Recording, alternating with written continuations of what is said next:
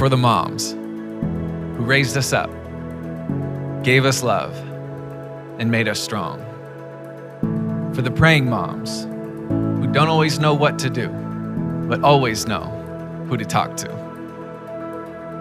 For the hurting moms who've loved and lost, but never given up. For those who never got called mom, but who cared for us all like a mom would. For the young moms who became moms sooner than expected and gave it all they had. For the single moms who tirelessly and courageously learned how to do this on their own. For the stepmoms and the stand-in moms who rose to the occasion and loved us well.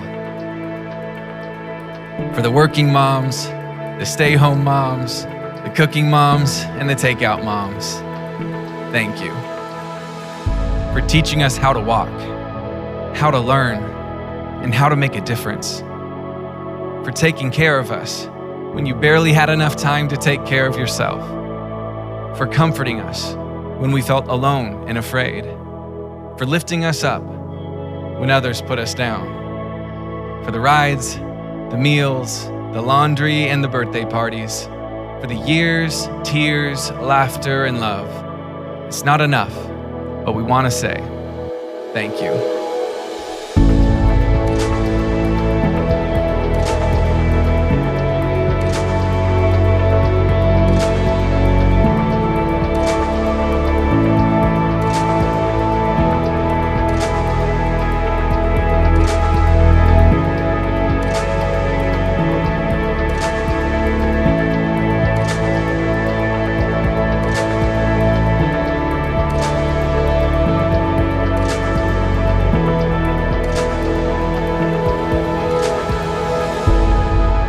Thank you for doing for us what we could never do for ourselves. We love you. We honor you. We remember you today. Happy Mother's Day.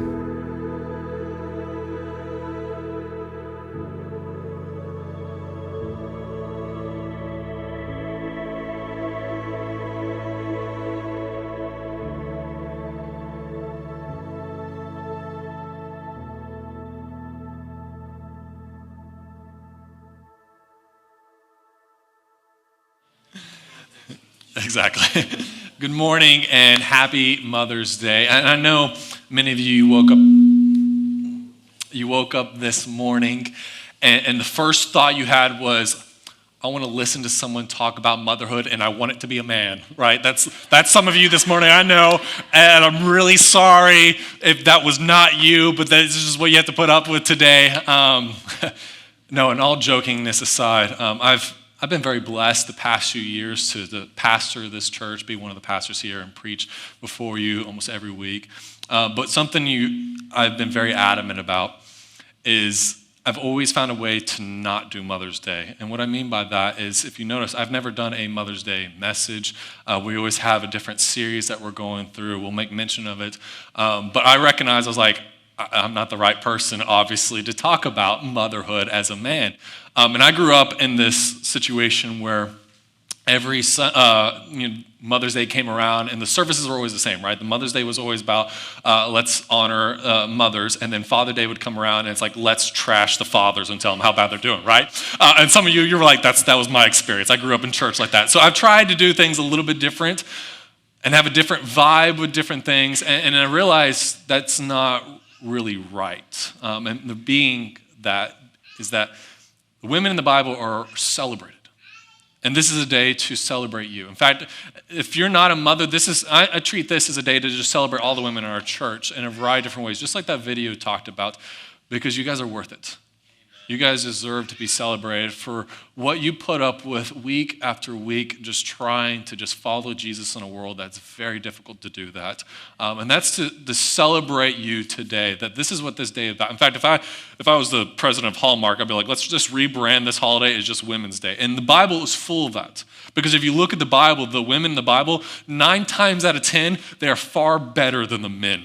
right? They have better faith, better courage, they do things better, and it's like, and then you look at the men, they're just idiots, right? But then the women are oftentimes like, we should just follow their example, right? And so this morning, we're going to do a little bit of a similar vibe. So rather than me saying, hey, let's open up the Bible and let's talk about motherhood, because as a man, I'm an expert in that, we instead wanted to do something different this Mother's Day. We actually wanted to invite someone up on stage and just have a conversation about them as a woman, as a wife, and as a mother, and how that is going to be an encouraging conversation for all of us. So today's a little bit different.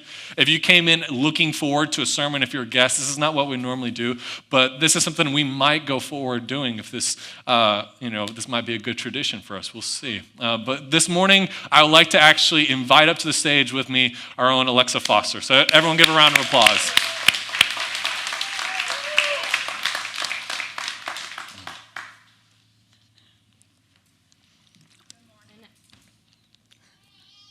Good morning, everybody. Happy Mother's Day.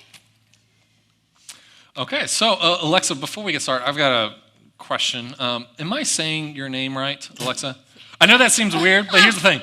We have an Amazon Alexa at our house, and it does not understand my voice every time I use it. So we use it as a white noise machine for Harper, and a lot of times I end up just shouting and screaming at it because it doesn't understand me, which is really bad when you're trying to put a baby to sleep. And so I was thinking about this after we talked earlier this week, and I went back and tried to put Harper down and end up screaming at the Amazon Alexa. I was like, am I saying your name right? Yeah, we have one too. It's not real great for we were gifted it for our wedding. It's not real great for our house. Okay, so it's not just me. Not to say my name. She's just spewing in the background. Okay. It's always listening. It is, yeah. Okay, so when we had this conversation a couple weeks ago, and I was like, hey, I've got this idea. I'd like to invite you up, and we chose you because we were looking for certain criteria. Obviously, a wife and a mother we would want for this.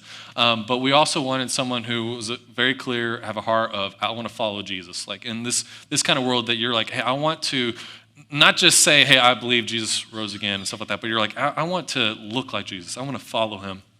And so we were thinking about that with the different women in the church, but we also wanted someone who was a young mother because we've been very blessed as a church of a lot of new babies that have been born, new Rona babies here. And so there's a lot of young mothers. And so we wanted someone of that category, but we also wanted someone who hasn't had an opportunity to suffer the scrutiny of being up on stage and looking at everyone, right? Just someone who has those kind of the heart to want to encourage. And so we thought of you, and you were very excited at first. You're like, yeah, honored. And then I sent you a list of like 50 questions that we were going to ask. And I was like, never mind. Yeah, and so don't worry, we are not going to ask 50 questions.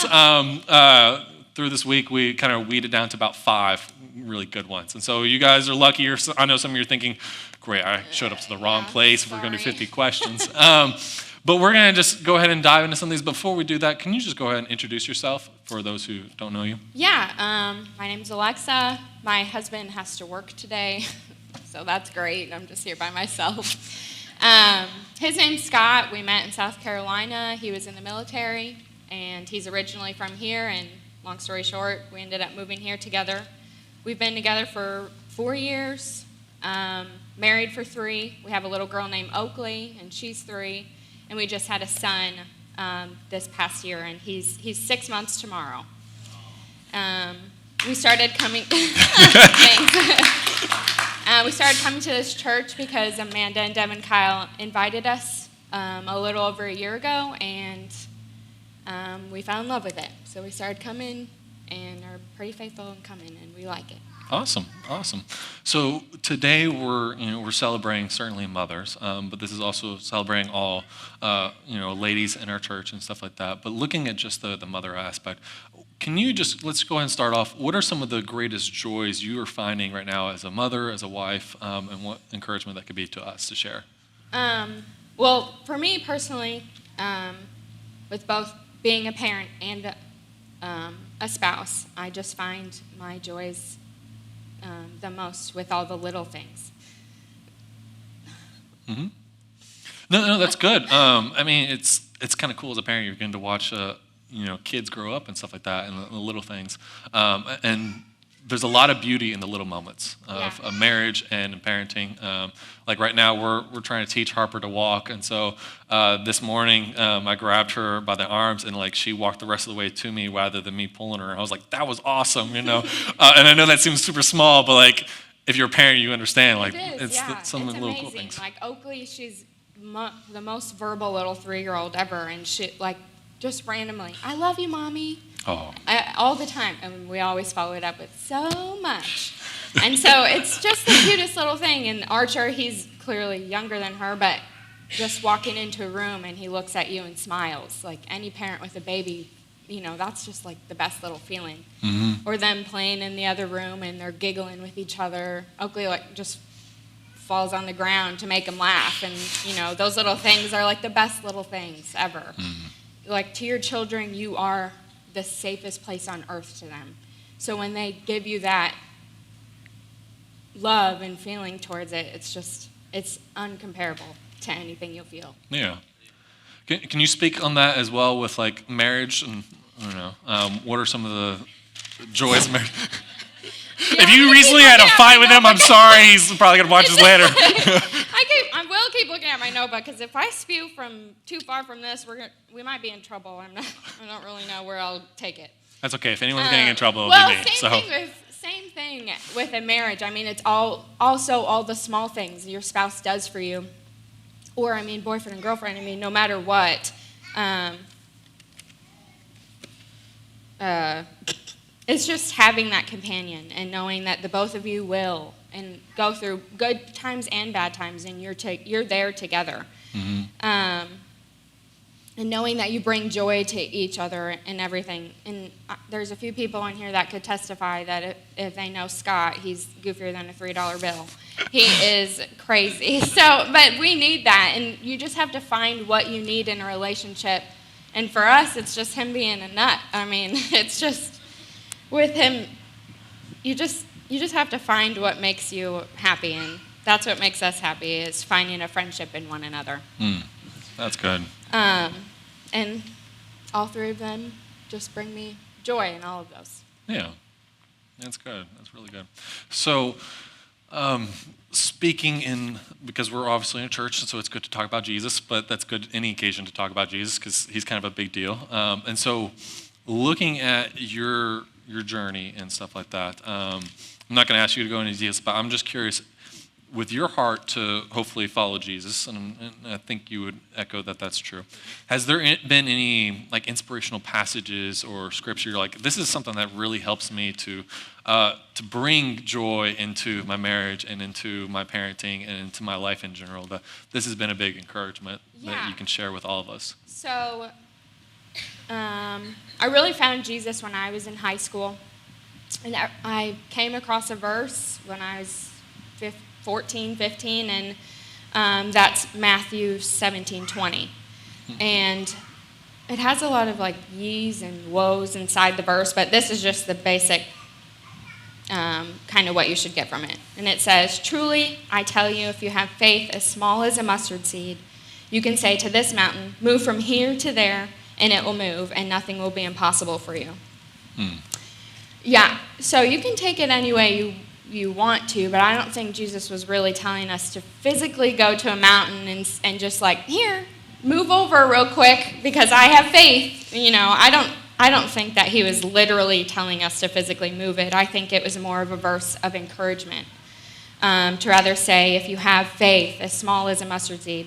And for context, if you know what a mustard, it's like a poppy seed. It's like the tiniest little seed, I think in the southeast.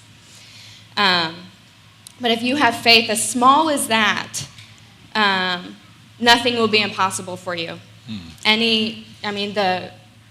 The problems you have could be as high as a mountain, but as long as you have Jesus with you, nothing is impossible. And Jesus is telling us that without him, we can't do anything.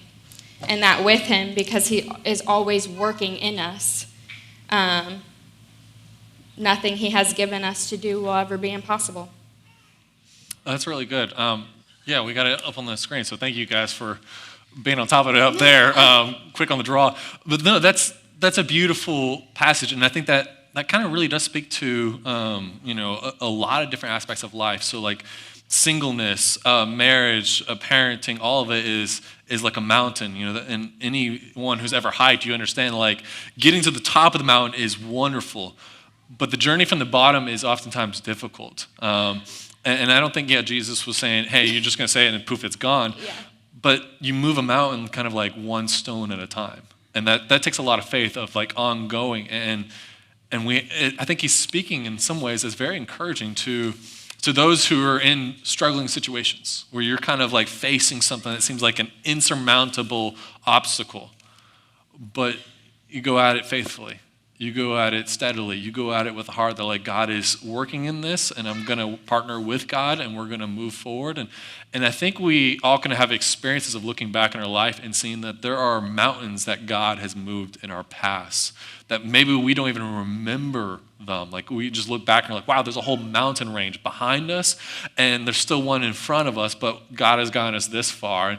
And that's something I think is kind of really powerful, because there are those moments in life. If you're single, if you're married, I don't think marriage is one mountain. I think it's a whole mountain range.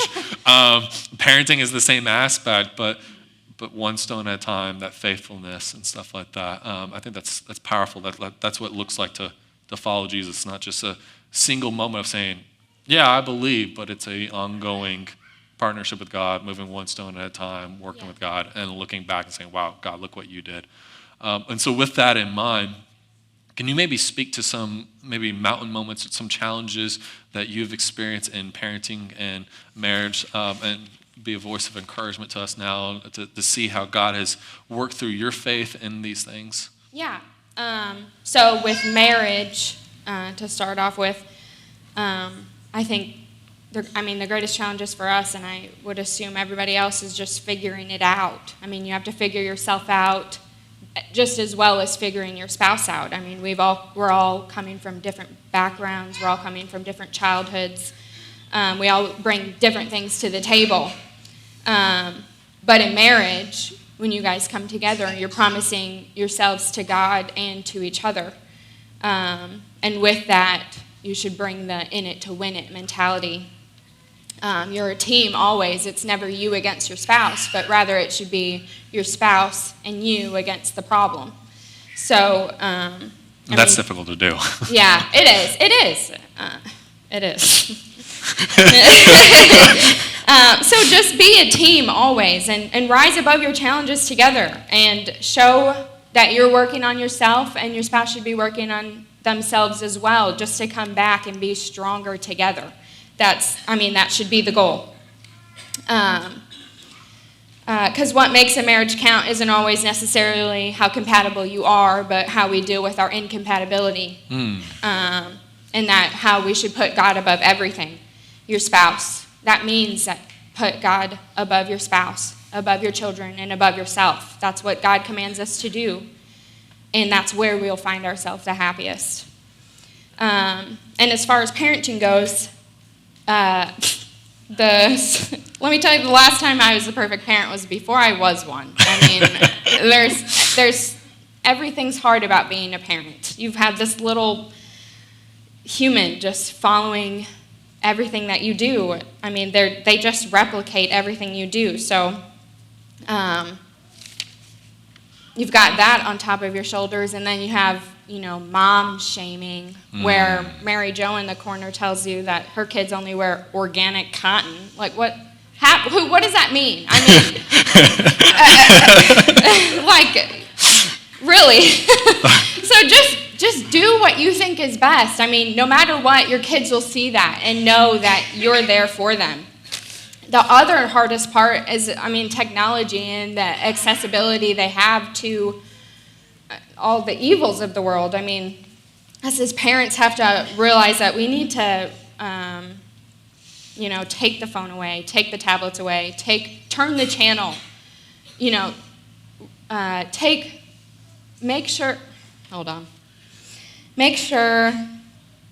that what's influencing our kids is what we want them to be influenced by. Whatever they think is funny and whatever they think is entertaining is following God's will. they don't have to watch Veggie Tales all the time, but we want what's best for our kids. We need to pray for our kids so that they find the spirituality that we want them to have. And it's up to us to make sure we're spending more time worshiping and praying and talking about God to imprint on each day for them. And it's up to us to reach out to our neighbors who need help and show the love to one another and put our faith into action. We have these little mini-me's, young or old, looking to us for direction. And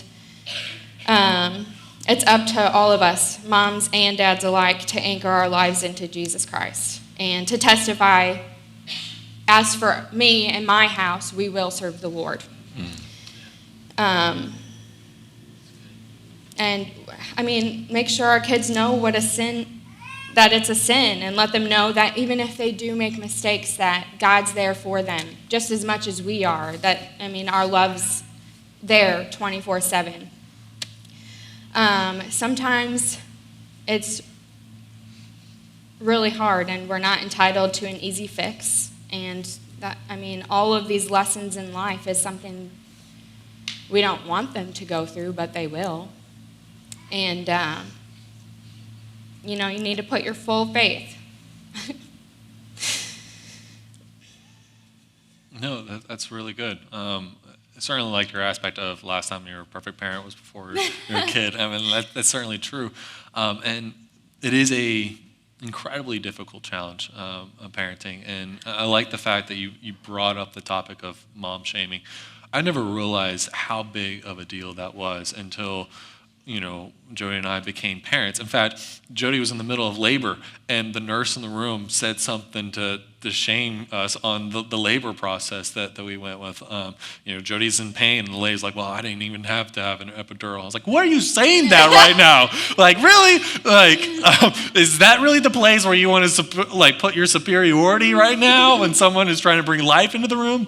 But that is that's a serious thing. And I think every parent kind of deals with that with family members and friends and other just random strangers sometimes who will just say things when you're like, man, I'm just trying to do the best I can to raise a child who will be kind, who will be generous, who will, more than anything, love Jesus. And it's very easy for people to nitpick and, over the smallest little things like diapers, what diapers did you use, what formula did you use, and things like that. And it blew me away. I never realized how much that is a thing until we became a parent and stuff like that. And so what I have found, and that some of you are probably going to find this kind of rude, I don't know, I might get in trouble for this, but in my experience, when I find someone who is doing that to us, oftentimes it's not them trying to make us feel insecure about our parenting, which is sometimes how we end up feeling, but it's really a sign of how insecure they feel about their parenting. And just opening eyes of saying, and you're saying that because there's something in your life that makes you feel insecure as a parent. And how we all kind of, misery loves company. And this is just to show that this is a mountain, that we're moving one step at a time as we're trying to move forward, especially to raise family members and kids who will love God and love people. And so you spoke on it already a little bit, but can you elaborate a little bit? I know your kids are young, but looking ahead to seeing how they're going to be when they graduate, and you guys are thinking about that, what are you finding now as motivation to help your kids to love God and love people, when they get to be seniors in high school and you're releasing them out, and hopefully not kicking them out, but releasing them out into the world to follow Jesus? What are some things that you're thinking about now? I know your kids are young, but to help them to love God and love people one day. Yeah, I think that, for younger or older kids, that, like I said, we model everything to them. We model our relationships with other people. We model our interactions with other people and how we handle it, whether that's positive or negative. And in like respect, we do the same thing with Jesus, how we model our relationship with him, what they see with our relationship in Jesus. Do we turn to him when we're having a great life, or do we turn to him when we're having both, and why do we do one and not the other? the way we interact with him and how we interact with our kids is showing them, you know, if mom and dad do it, that's the way I need to do it too. By showing our children at whatever age that may be that God is our center and our strength and our courage and grace, that God really, really is amazing and glorious, and that he doesn't need to just live in our lives, that he can live in everybody else's as well. So that, to me, is the best way to show them, to grow love for God and other people. I mean, just show them. They're just like us in like respect. I mean, they're just learning from us, whether we realize it or not.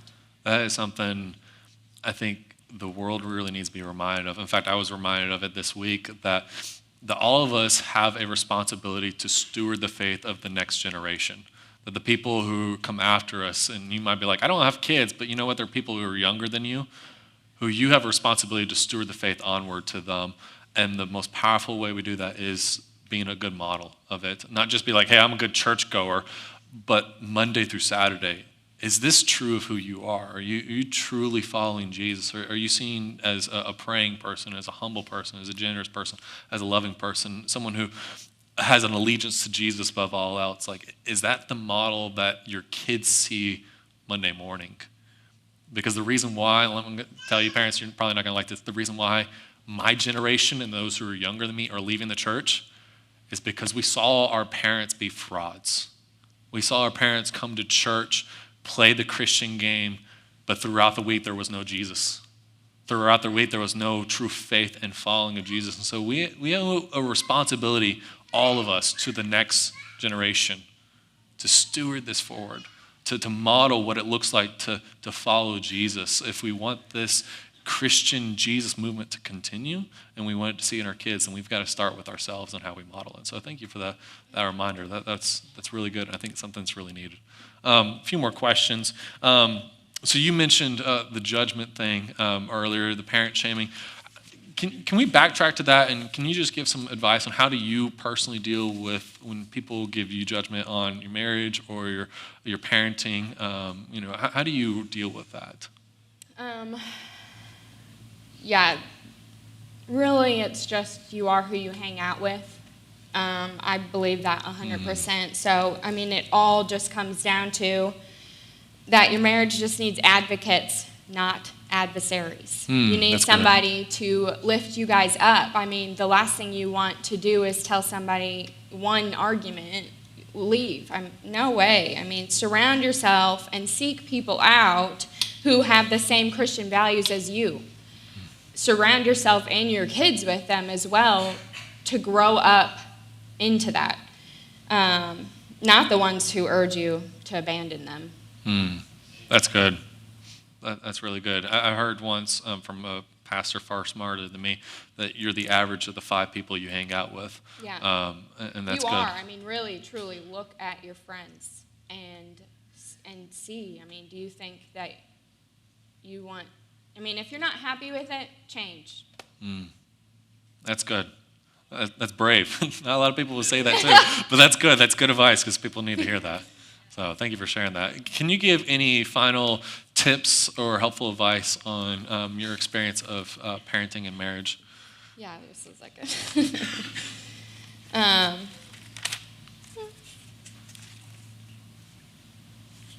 Hold on. I wrote it down. I just have to find it.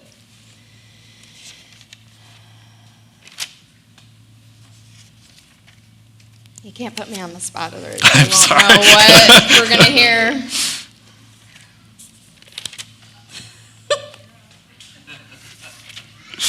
Found it. Okay.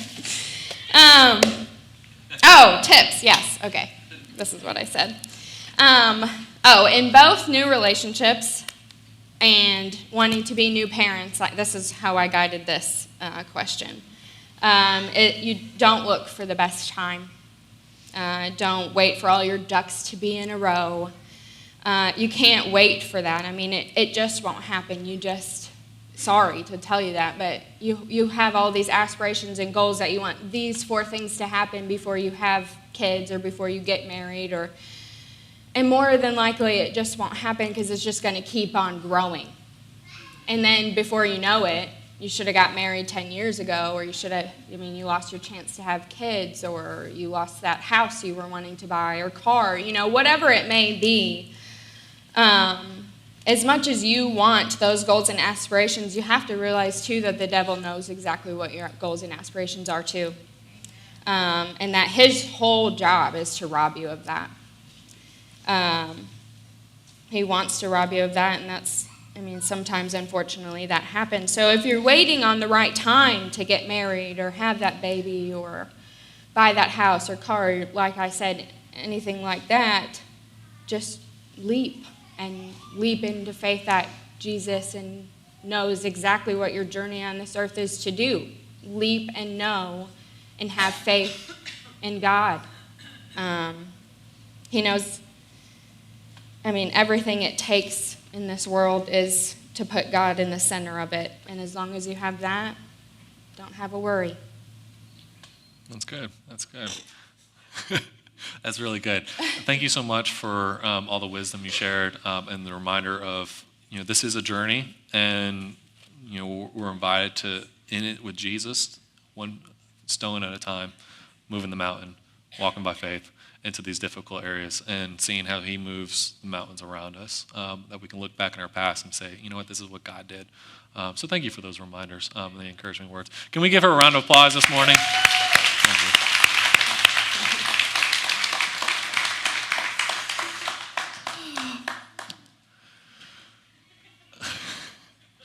As we close this morning, I just want to go ahead and address what is the pain in many in this room. This is not an easy day for everybody. There's a lot of hurt in the Mother's Day. There's a lot of things that don't feel fair. And there's a lot of things that we wish we can change. And I don't say that to bring you pain. I don't say that to put a flashlight on it. I say merely to point out a couple different things I want you to know when you leave this room. First off, that this is a place that you are loved, and you do not face that pain alone. You do not face that pain alone. You are seen, you are heard, and you are loved. Because I understand how difficult this day can be. I've heard your stories. I've seen the way that this holiday, this day of celebration can affect some. And so I know. And I want you to know that you are seen and that you are loved. More than anything by Jesus. In fact, if you look at Scripture, I know we oftentimes think of God as a father, but there's a lot of passages about God as a mother to us.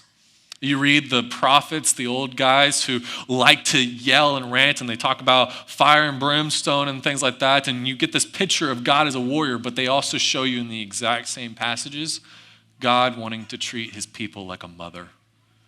It's like this image of Wonder Woman on the scene, rising to the enemy, to defeat the enemy, and to bring comfort and security. Jesus himself talked about the way he loved his people was like a mother hen wanting to wrap her wings around her children.